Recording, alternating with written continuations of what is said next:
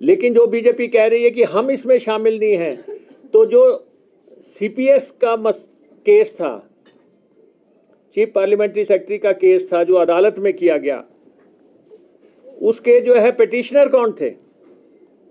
वो तो सब भाजपा ही थे, और वो लोग थे जो पहले सीपीएस रहे हैं।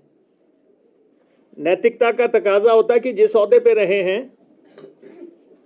उन ओहदों के खिलाफ पिटीशन ना की जाए, लेकिन उन्होंने उन ओहदों पे भी की और बिल्कुल स्पष्ट थे पिटिशनर। तो इसलिए उसके बाद कोशिश कर रहे थे कि हम एमएलए को अनसीट करवाए जाएं, और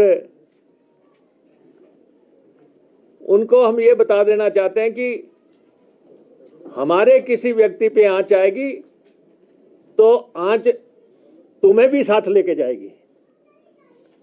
ये मत सोचना कि आप जो हैं कोई हमला हम पे करेंगे, और लगातार आप विपक्ष की भूमिका नहीं निभा रहे हैं और चोर दरवाजे से, शॉर्टकट से आप सत्ता हासिल करना चाहते हैं, और ये सत्ता किसी भी हालत में आपको नहीं मिलने वाली है। आप देखें कि गारंटियों की बात आती है, हमने ओल्ड पेंशन स्कीम देने का ऐलान किया प्रदेश के कर्मचारियों को, और ओपीएस हमने उस समय लागू की जब केंद्र ने यह कह दिया था कि हम ओपीएस नहीं देंगे। प्रधानमंत्री जी ने भी यह कह दिया था कि ओपीएस लागू नहीं की जा सकती। ओपीएस बंद किसने की थी? श्रद्धेय अटल बिहारी वाजपेयी जी ने बंद की थी। उनके समय में जो है पेंशन बंद हुई। इन्होंने इनकार किया, हमने हिमाचल प्रदेश में ओपीएस लागू की, और आप देखें कि ओपीएस लागू करने का हमें इतना बड़ा खमियाजा भुगतना पड़ा कि 2000 करोड़ रुपए का कट जो है इन्होंने हमारे पर लगा दिया।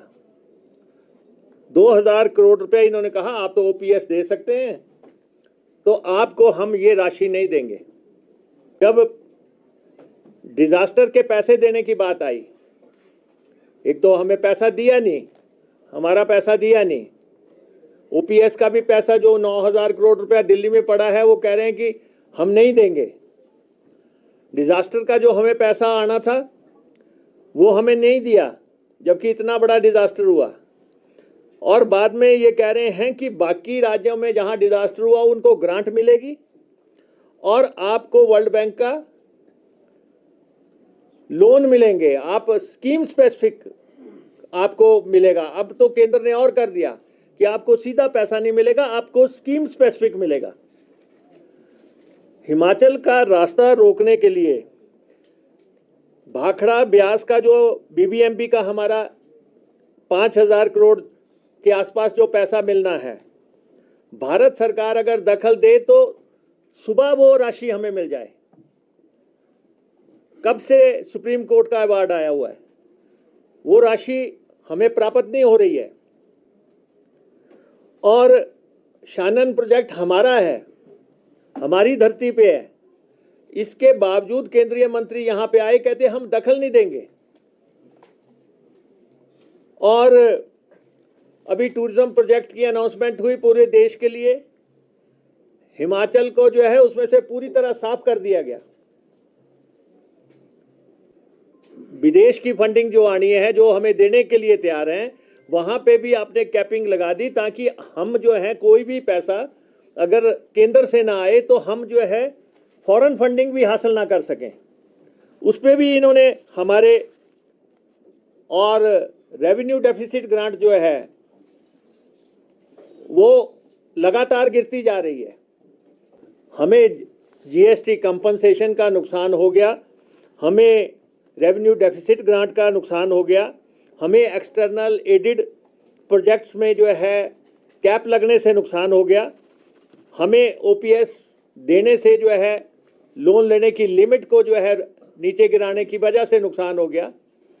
ये सारे आर्थिक तौर पे, और ये लगातार दिल्ली जा रहे हैं।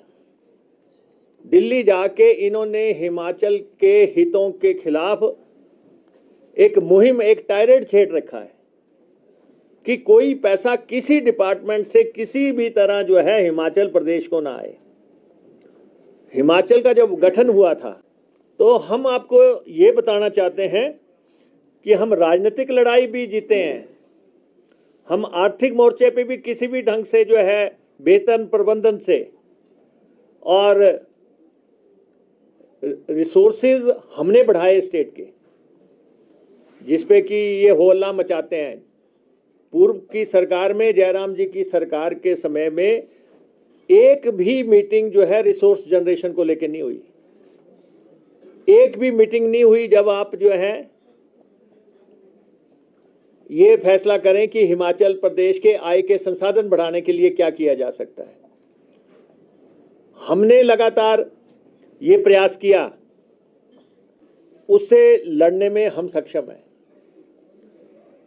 ये तो हम भाजपा की लीडरशिप को, यहाँ की लीडरशिप को ये बता देना चाहते हैं कि प्रदेश की कांग्रेस सरकार मजबूत है और अगले 3 साल जितना भी प्रयास कर रहे हैं नेता प्रतिपक्ष या भाजपा के राज्याध्यक्ष या फिर उनकी सेंट्रल लीडरशिप, कांग्रेस की सरकार अपना फुल टाइम जो है चलेगी।